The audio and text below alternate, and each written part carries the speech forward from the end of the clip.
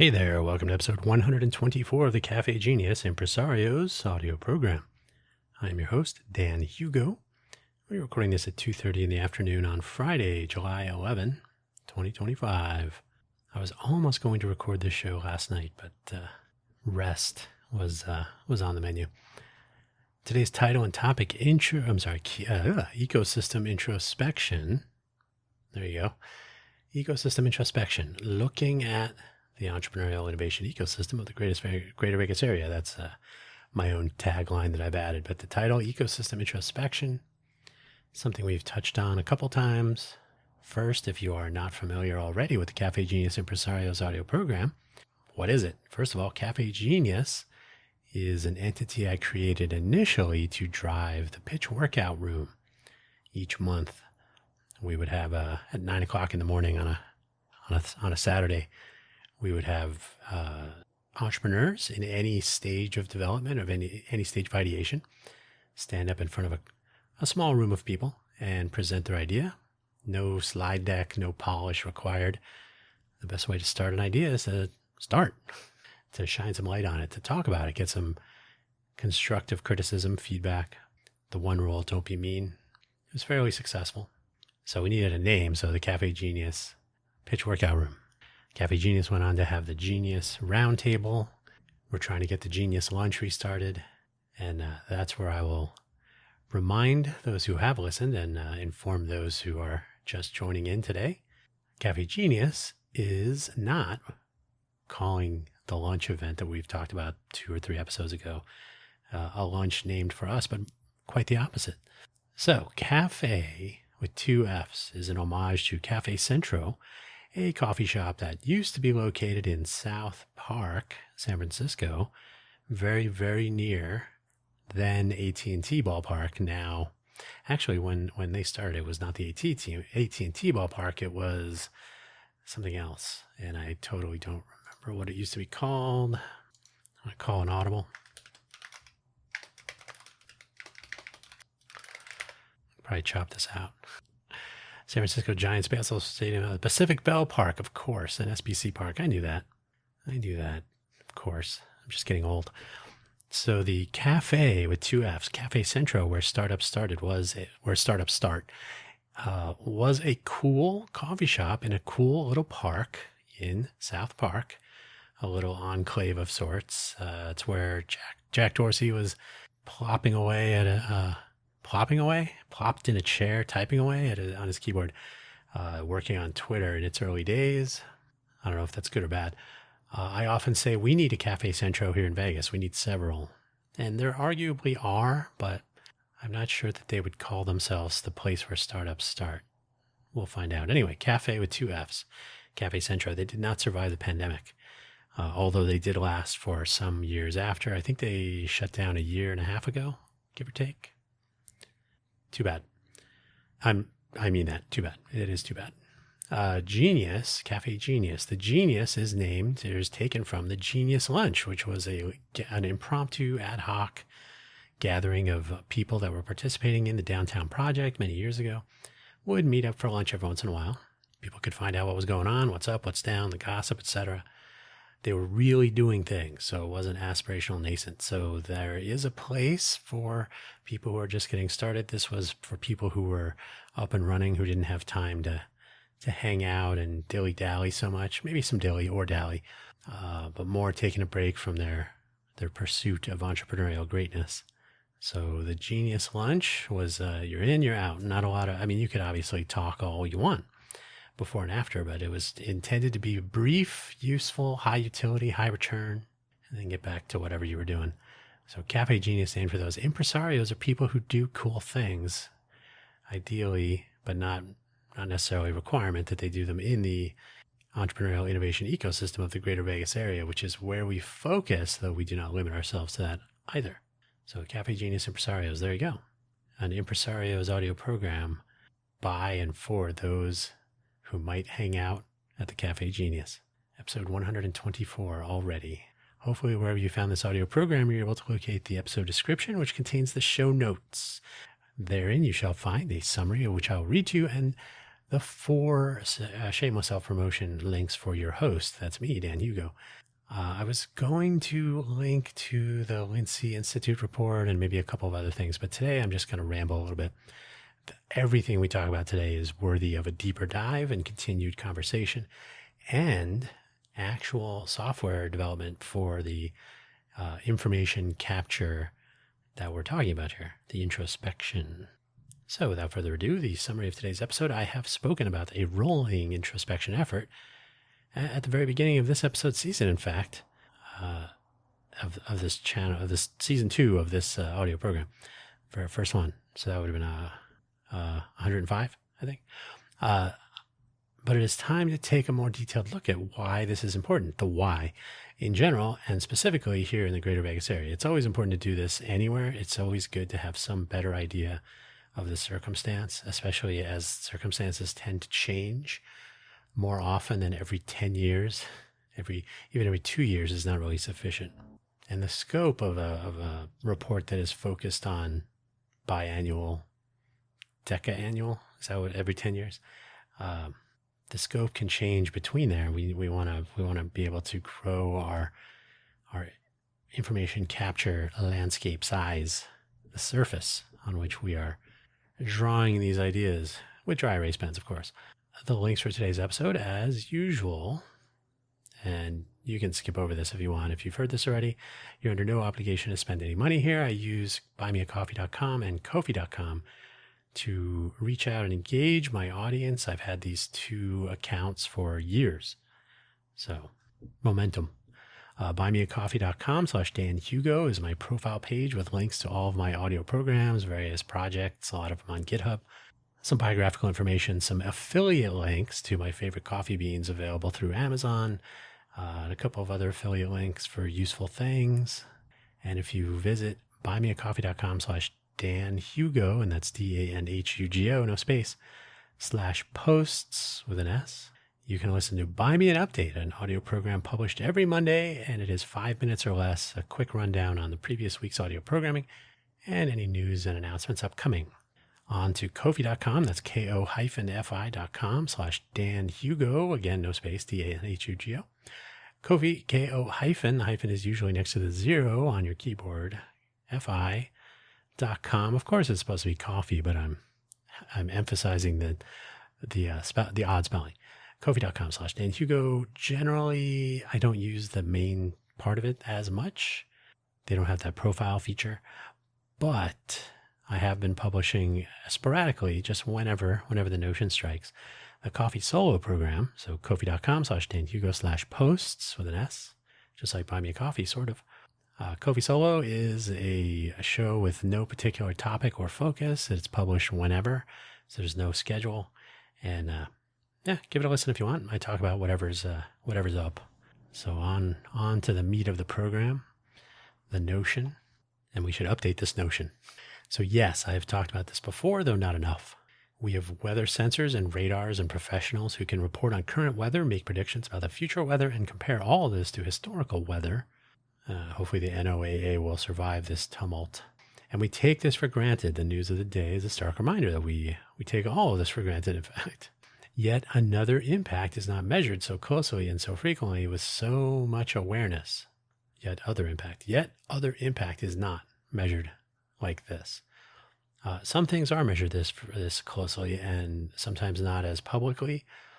But generally speaking, checking the weather, maybe sports scores, maybe sports statistics, certainly stock market moves, but a lot of other things which are just as important, do not receive that level of data capture, analysis, and reporting. One of these is the economy, which is why some judge its health on the stock market, others by the price of eggs. The truth is, both are indicators and both should be considered among a lot of others, especially because eggs vary in price by region. That's only one reason to have eggs as a primary consideration, and eggs might not even be the right indicator, but depends on who you ask. The truth is, both are indicators and both should be considered. That's about it.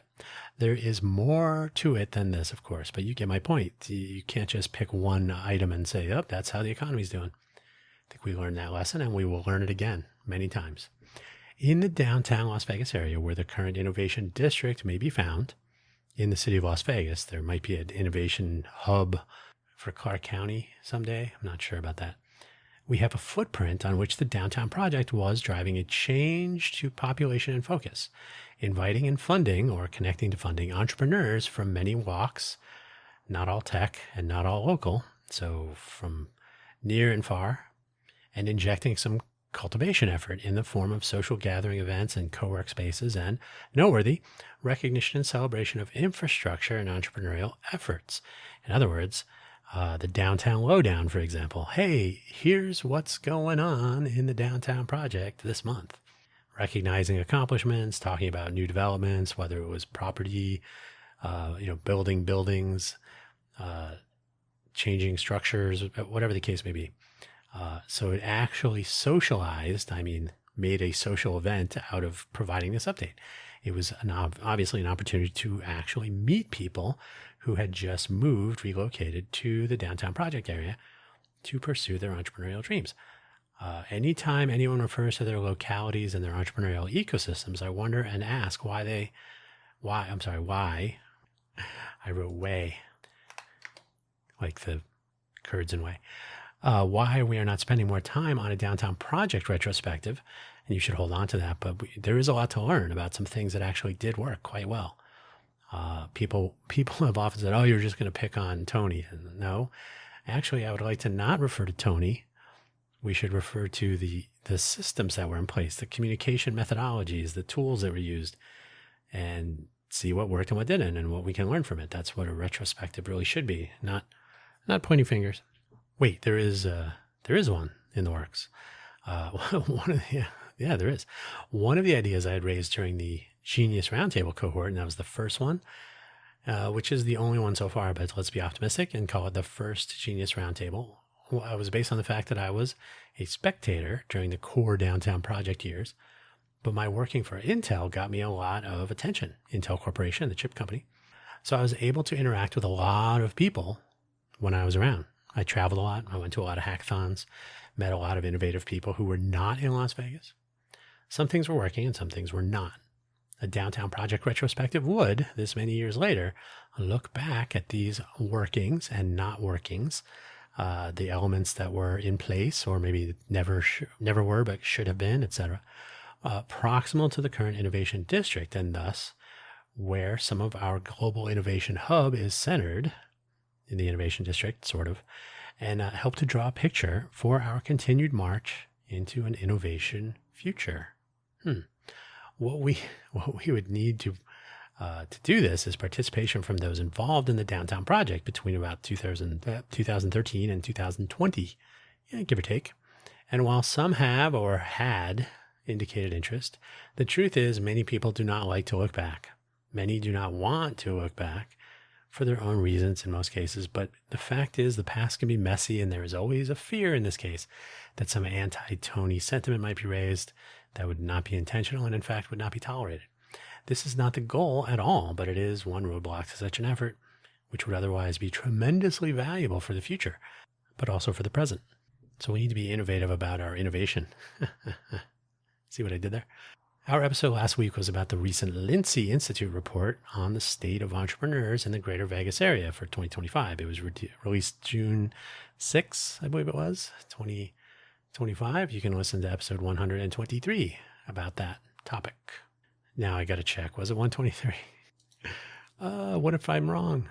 Was it 123? No, it was 122. See, I got that wrong. I'm glad I checked. So 122, 2 weeks ago, 2 weeks prior to today's episode.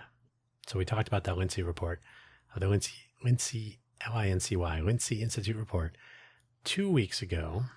It's about the state of entrepreneurs in the greater Vegas area. Interviews with 100 unnamed people. Likely warm introductions, which means an inherent selection bias in those interviews. Hey, who should we talk to? Well, we all know each other. We all have the same opinion about how awesome things are and don't want to tell you anything's bad. So warm introductions, this happened as well with the ecosystem report across the state from 2023, April 2023, which I talk about in episode 122. So give it a listen. The usual suspects are present and can be checked off on the list. Not only the people, but the events and resources and so on. But how close is this to reality on the ground? If I can be cynical for a moment, I can find 100 people who would tell us how successful the Formula One race event was for all involved in 2023 and 2024. So 2 different race events.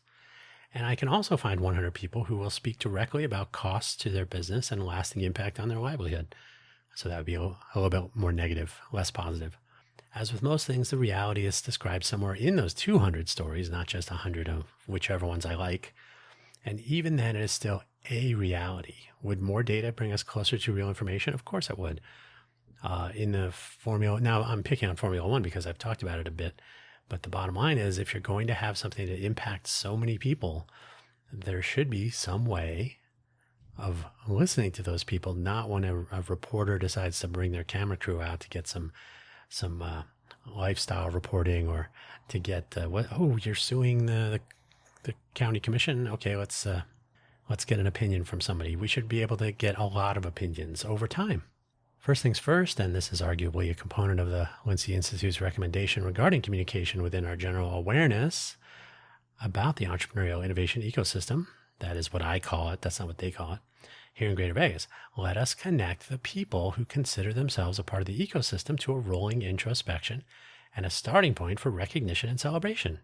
So where in that report they say there needs to be better communication within and better, let's say, I don't have the report in front of me, but better advertisement, better, letting people know that, hey, look, there is this stuff happening here in Vegas. It's not only about the Raiders. Let's be honest, it's about the Raiders, but there is something going on here, so we can talk about it. And maybe there's a concern that we wouldn't be advertising that we are the next Silicon Valley. Maybe we're just a better Vegas. That's too bad, I guess. But we could recognize and celebrate entrepreneurialism, entrepreneurs, accomplishments, and we can also recognize when things shut down. Eater magazine, I think, does restaurant closures, shutting down. Sad to see them go and so on. So at least people know what happened. There's a little bit of a backstory. Oh, okay, the cost of the lease went up too much, or difficulty paying employees, or sales are down, right? Just rounding out the story and involving the people around in the state of affairs of, in that case, it would be more of the restaurant side of the entrepreneurial innovation ecosystem. So why is this innovative to do this? Well, innovation is novelty.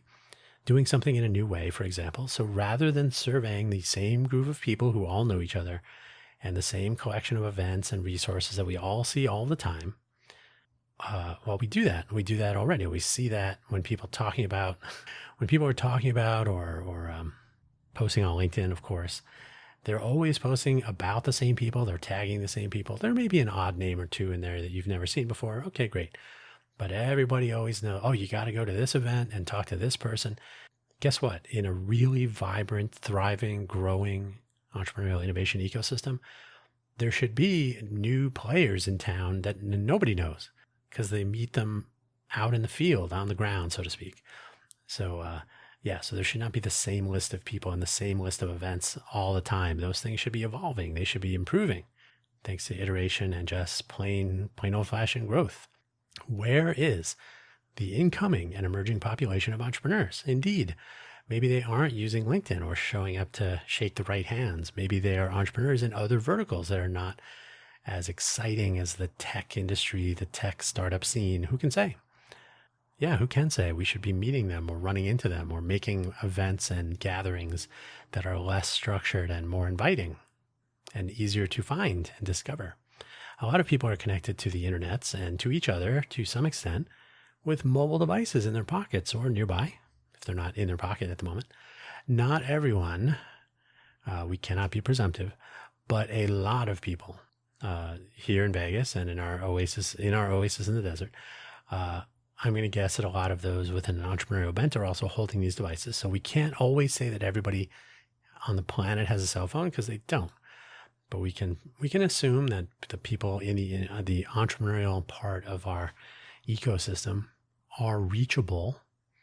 Frankly, you don't need a mobile phone 100% of the time, but if you have access to the internet, that's reasonable. Yes, seeing what Norma and Jacob are up to as they wander around the strip is interesting, but we could be connecting with these devices, our entrepreneurs, with a rolling introspective so that they can give concerns and raise concerns and give and provide useful feedback to what is working and what is not. This should not be a chore. This should not be a matter of showing up to a meetup at some spot across town when you're trying to do your thing. Like, I'm busy, and then you don't get heard. While interviewing a few people is a sort of an interesting idea and it checks off a box or two. Yes, we met the real entrepreneurs. Yes, they all knew each other. Yes, it's the same group as last time. The diversity of entrepreneurs, their vertical focus, their circumstances, their geography, and so much more can vary wildly.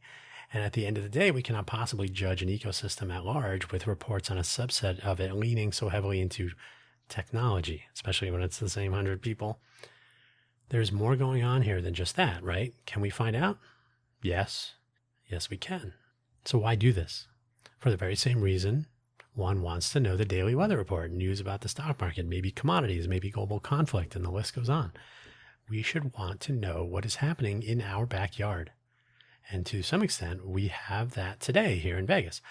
Our two statutory papers of record, Review Journal and The Sun, and that's in the statutes, the Nevada revised statutes, those two are named. They do their thing. On a rare occasion, they report on normal people pursuing entrepreneurial dreams, students participating in innovation and creativity competitive events, and so on. Mostly they cover politics and crime, resorts, the random person who won a jackpot, traffic, fatalities, unfortunately, other such things. Those are the things that make the news here in Vegas. What we lack is the sort of discussion and analysis we find in efforts such as in this Lindsay Institute report from earlier in June this year, but on a regular, more granular, and more transparent basis. This is the sort of stuff that we should be talking about all the time because things are happening all the time. We just are not talking about it. Once a month, not sufficient. If we tell each other that everything is going great and we like that post on LinkedIn, we are properly equipped to advance our own causes if we are entrepreneurial. Wait, are we? No. To be a part of the larger movement, maybe help to bolster our entrepreneurial innovation ecosystem so that it and the people and companies and efforts within it can flourish. Are we equipped for all that by just checking out LinkedIn and listening to the hype? Absolutely not. More data can lead to more and better information. Of course, thank you, Claude Shannon. And the sooner, the more likely we can course correct if things seem to be headed off the rails. That's multiple episodes of discussion into the future. Should the inputs to a rolling introspection be limited to 100 people who know each other already? No, of course not. Aspirational and nascent entrepreneurs, and of course, actual startup purveyors trying their best to make their climb should be able to voice concerns, offer suggestions, and generally check the weather on an ongoing basis. And is a report every 2 years in the internet age sufficient? No, of course not, especially when it is so limited in scope. We can do better. And by the way, the Lindsay Report, as I mentioned in episode 122, the Lindsay Report is really interested in talking about access to capital, and it spends very little time on workforce development and talent pool depth. I'm not saying they don't touch on those, but there should be at least as much concern about that. If you provide access to capital, you are leaning into the notion that startups will move here or companies will move here and say, oh, okay, we'll establish a presence in Vegas and we'll become a part of the local economy. We'll gentrify certain parts of it. We'll make the fun economy a little bit more expensive because the people that power the fun economy won't be able to live here. And we talked about this in the case with Austin no longer being weird.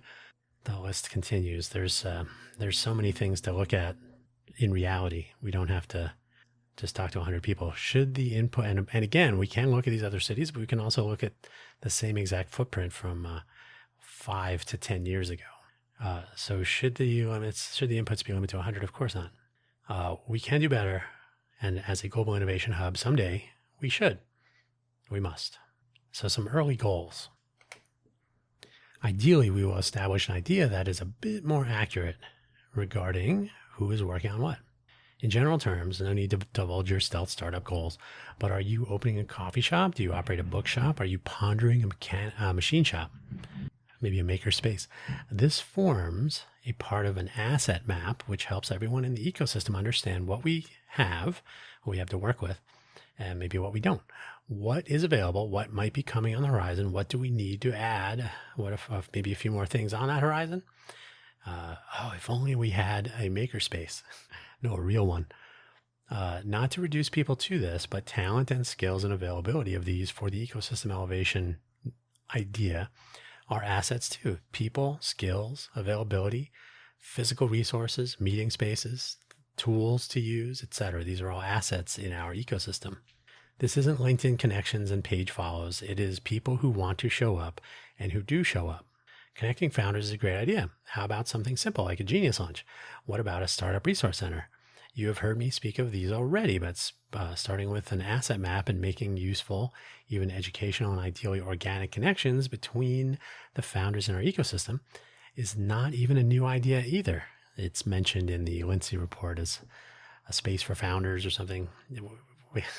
Not a new idea. The serendipitous collisions ideas, the notion that Tony Hsieh touted, while not a business plan, you shouldn't bank on it. It is a way real people meet and share ideas and maybe even continue discussions. Just enable people to run into each other, like encourage them to get outside. I mentioned the downtown lowdown as one example. There were many. There is no need to refer to a report from June. You can simply agree that ideas already floated, already executed, and they might be worthwhile after all. So yeah, we should be doing these things, not writing reports about them. And when you do them, people have to show up. Genius Lunch, hello. It is important to recognize and so to capture and report the diversity of our ecosystem. Sure, we can use diversity in the usual way, but how about the diversity of startup focus? Is the tech startup scene all that? Or are we really letting small business owners who do not consider themselves to be a part of that scene slip below the radar? Like, do we really need to lean so heavily into being the next Silicon Valley? I've already answered that question many times. It rhymes with yo. Maybe we're letting them down in some way, focusing attention and not much attention really on one part of the ecosystem when others are not recognized so much, and maybe they would be more viable. And we're not recognizing them at all, maybe. If we can look at all manner of facets and elevate awareness in general and consider like restaurants, bookstores, machine shop, everything that's entrepreneurial, everybody that's trying to do something new here, we can recognize and pay attention to these things and then see what's actually working. We can consider where resources and attention are focused and where they could or should be focused.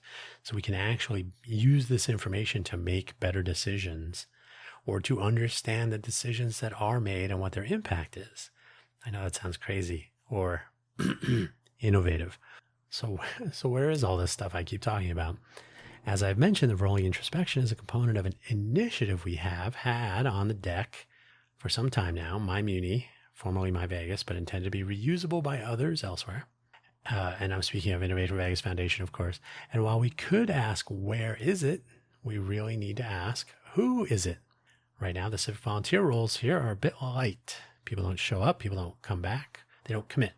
However, and this is because we are a global innovation hub, people are too busy being innovative and they don't want to actually follow through on commitments and so on. I've commented on this before, the famous episode 85 about the cultivation of a culture of innovation in Silicon Valley and how it happened organically over decades. So we have time. However, this is a work in progress, what I'm describing here. So maybe when is it is the real question, which I hope to answer someday by posting an announcement on the corresponding deployed website. Is real soon now enough for the moment? I know it's not. It's not for me either, but one person can only accomplish about one person's worth of effort. While finding volunteers to work on open source tools is a real and ongoing challenge here in the greater Vegas area, the Global Innovation Hub, and we are reaching out beyond, of course, so you have to. There is also the collaboration side, working perhaps with entities like the Lindsay Institute, with the city and county government offices looking at measuring and analyzing the ecosystem over time. Maybe agencies like the LVGEA, the LVCVA, a variety of others. And of course, working business models that will make such an effort sustainable, like just becoming an open source tools development company for ecosystem assessment might be a business model, but it's hard to say. It's hard to do as a startup. The first pass at that last point, the business model, is an initiative I have spoken of in previous episodes where we spin out an open source initiative as a commercial, monetizable business that can tackle rolling introspections and other smart city information sharing notions so that, well, so that our smart city can not only live up to that label for real at some point, but also move towards becoming a smarter smart city to share with however many millions of people want to visit here each year in the future.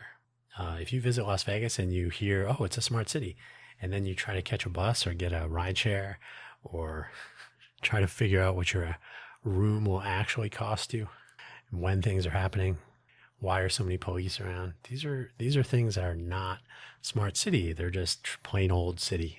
A city that's resting to some extent on its laurels. Not that there aren't some things that are working here in the direction of smart city.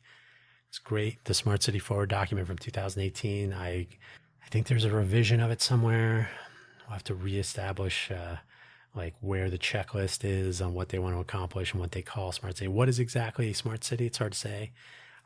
These are the areas where people could focus their attention on assessing the smartness of a place like Las Vegas, with its used to be 41.7 million people visited in 2024. We'll see what 2025 is. We're down by 1 million year over year. So we'll see. It might be 38, 39 million. That's still a lot of people. That costs the big businesses money, but in general, can we speak to people? Can we understand what they think, what they find, what they discover here in Vegas? What do they think a smart city is? And then how far off is Vegas from that notion? And then where to go from there? All kinds of possibilities. The big thing is to ask questions of people, and we all, with an asterisk, a lot of people have the tools in their pockets, and if they are offered an opportunity to express their opinions, they often will. Now, do they do it for free? Some people want, well, what's in it for me? Starting with the entrepreneurs here in town would be a great start, because there is something in it for them if the ecosystem here can actually rise to the occasion, so to speak. Honestly, it's really hard to change an ecosystem at a fundamental level. I always give the example, can you turn the Sahara Desert into a rainforest? Absolutely. It's going to take time, a tremendous amount of energy, a lot of resources like water, the energy to move things around, to change essentially to terraform the place, and of course money, right? So to change the fun economy into the next Silicon Valley would be a galactic change. But we can enable entrepreneurialism to be a part of the fun economy, so to speak. We can make the ecosystem here fit within the larger ecosystem, which is, it's got about 100 years established. So entrepreneurs can exist in many places. That's part of the game. It's being able to turn ideas into action, even when people think you can't. Although technically an entrepreneur is someone who has ideas but no money. That is also true. The take home, though, is, can people in Las Vegas trying to make an idea into a business, trying to be entrepreneurial, can they be enabled, and can they be listened to? And can what they have to say be aggregated into something useful rather than being placed so far below the fold on the back page of an issue of a periodical that is never published? We have to be better than that. If we're going to be an innovation hub, let's start by being a local innovation hub. That would be something different. I think I just came up with a title for an episode next week of something. So there you go. Have a nice day, whatever day you're listening to this particular episode, and think about it. What would you have to say about our entrepreneurial ecosystem here in Vegas? Hopefully someone will be able to hear you soon. Take care now. Thanks for listening. Bye-bye.